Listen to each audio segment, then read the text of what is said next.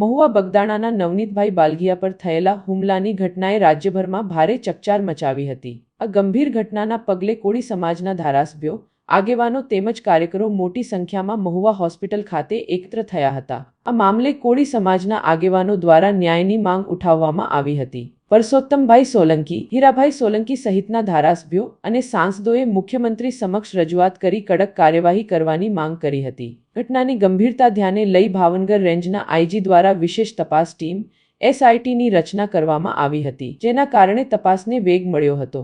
તપાસ દરમિયાન કોળી સમાજના આગેવાનોની રજૂઆત બાદ SIT દ્વારા કેસમાં વધુ કલમોનો ઉમેરો કરવામાં આવ્યો હતો।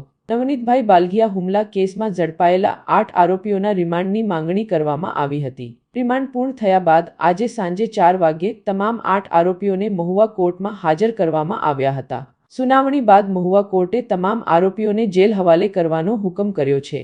કોળી સમાજમાં હાલમાં સંતોષની લાગણી જોવા મળી રહી છે, જ્યારે સમગ્ર કેસ પર રાજ્યભરના રાજકીય અને સામાજિક વર્તુળોની નજર ટકેલી છે।